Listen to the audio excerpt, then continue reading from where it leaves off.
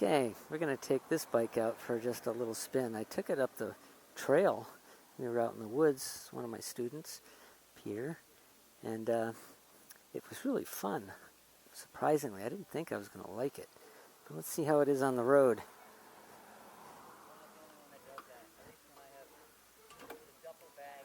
Oh. So when he fell, the handlebar got a little bent. Oh yeah.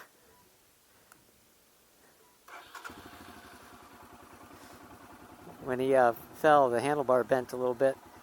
It's really common for, whoops, really common. Front row. Thing wants to stall. No. If I'm in first gear. So it has a little indicator right here for gear. But look at the water that got inside the instrument. So the seal isn't any good. This is a 2018. See, it's also got it over here. So again, the fit and finish is actually better than I expected for Royal Enfield. And the thing is actually a pretty smooth little thumper. It's 400 and something cc's. It's under 500. So it doesn't have a ton of power, but it's really, got a nice and smooth and torquey motor. The throttle is nice and easy to control, although my student sort of had some problem controlling it when it rides a little slower.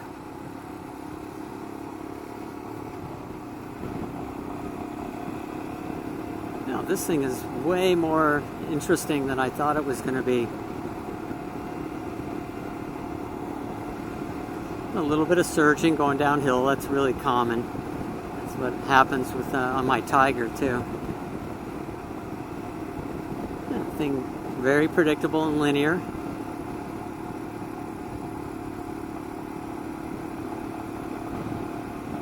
The bent handlebar definitely changes things, but you get a real good feel for how it steers.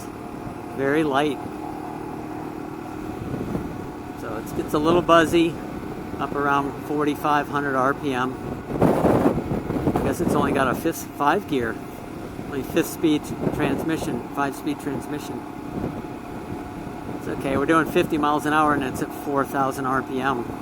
So this thing is probably going to be really busy on the highway. Let's get up to 55. Yeah, it's okay, it's pretty smooth.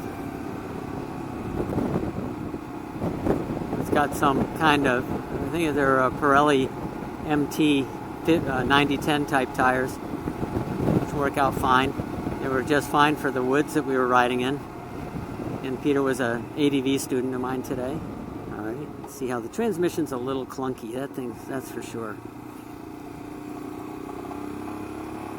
Yep, got very little power, but that's just perfectly fine for a bike like this.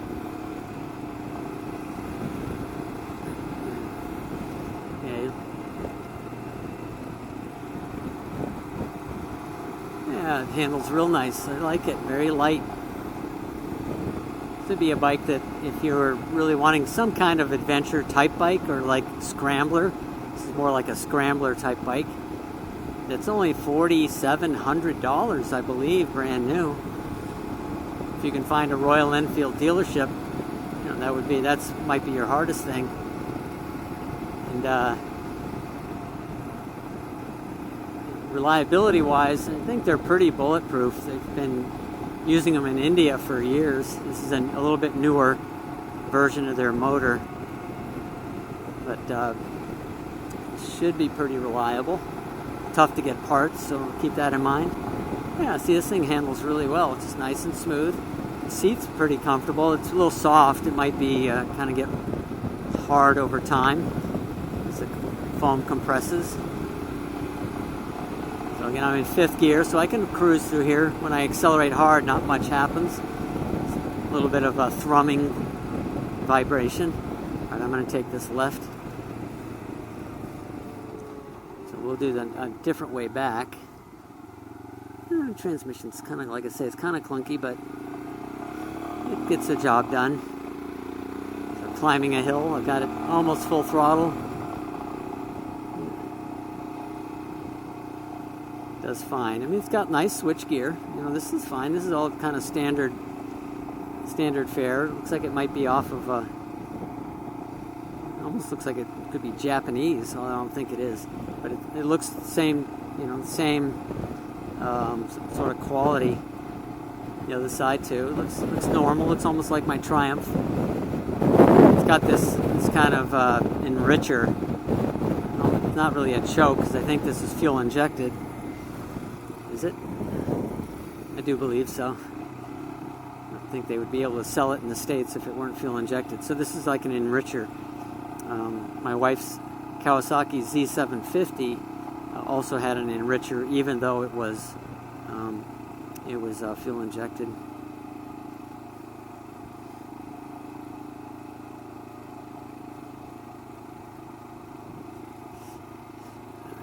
This car is kind of bumming me out. So we're going to go down here.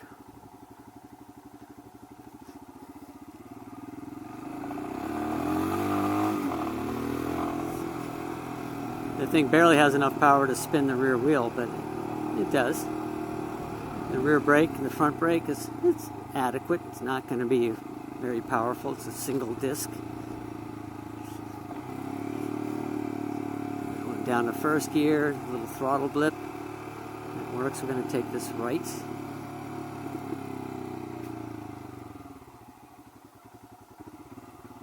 Feels like it wants to stall sometimes.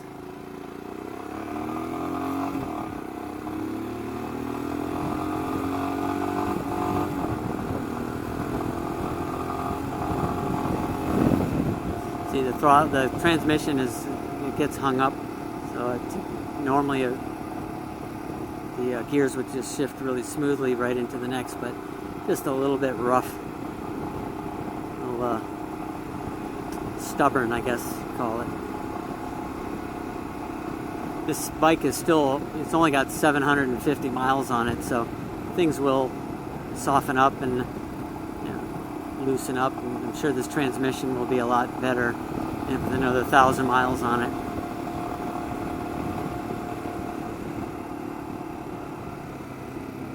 It's interesting the things they decide to put on here. One is a compass.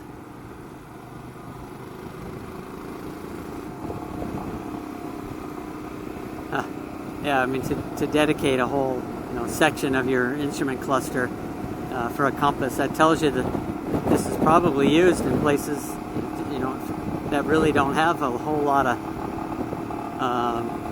road signs, so you really start to rely on your direction. There are times when I'm on the Tiger that I wish I had a compass.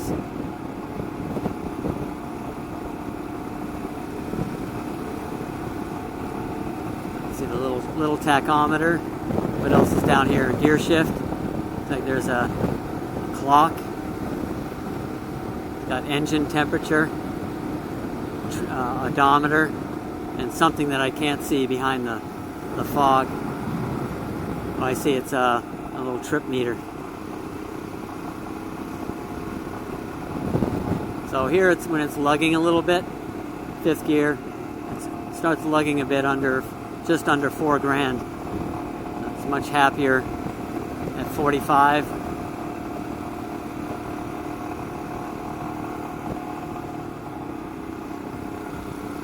So you want to maybe sometimes get up to 5th, but then it just doesn't have the power to carry that tall gear, particularly up a hill like this. But the clutch feels fine. It's a little vague. I mean, it's not real. It's a little bit sort of mushy feeling. The throttle, though, feels real good.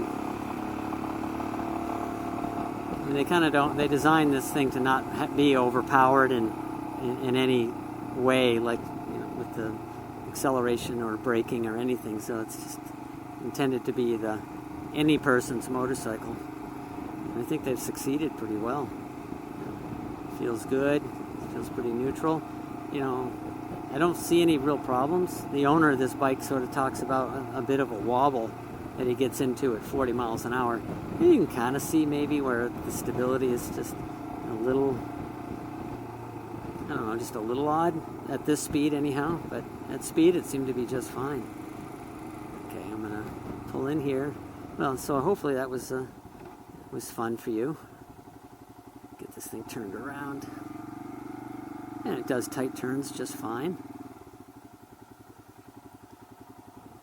Alright, hope you like that. That was kind of a fun little ride. Alright. See you soon. Ken from Riding in the Zone. Yeah, so this Himalayan is like, I'm pretty surprised at how balanced it is. The suspension seems to be just perfect for this type of riding.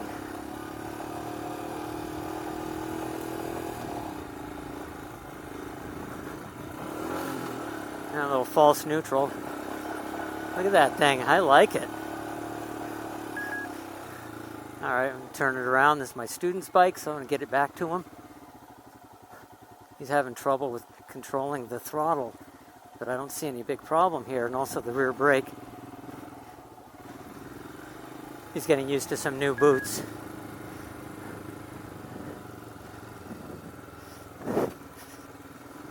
Alright. Yeah, I mean, downhill, the thing is heavy, so you got to kind of control its mass.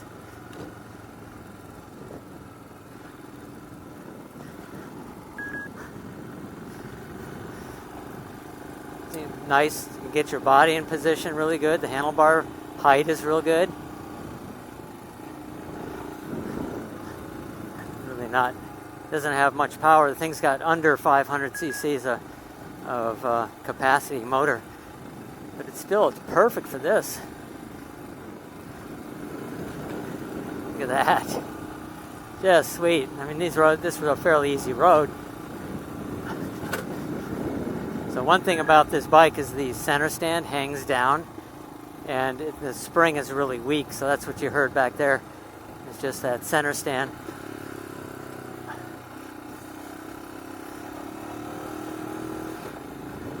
That was a clutchless upshift, was a little bit rough.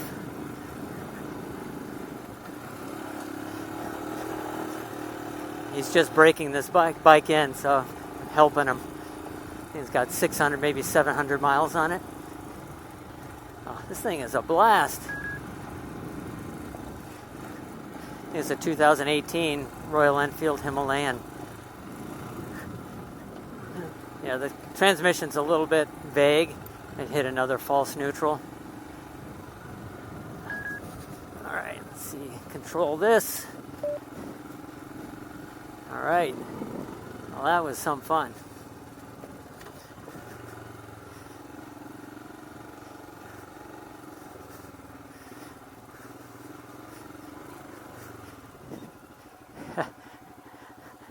That thing's a blast. I love it. Oh, yeah.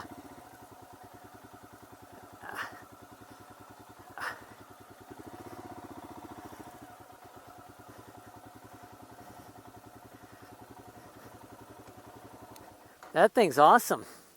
I mean, when you ride it quick, like I rode it pretty quick up and back, it was like felt nice and balanced. I like it. Good suspension for it, for what it does. It's good. The throttle is nice and easy to control, so choke up on it, okay? Yeah.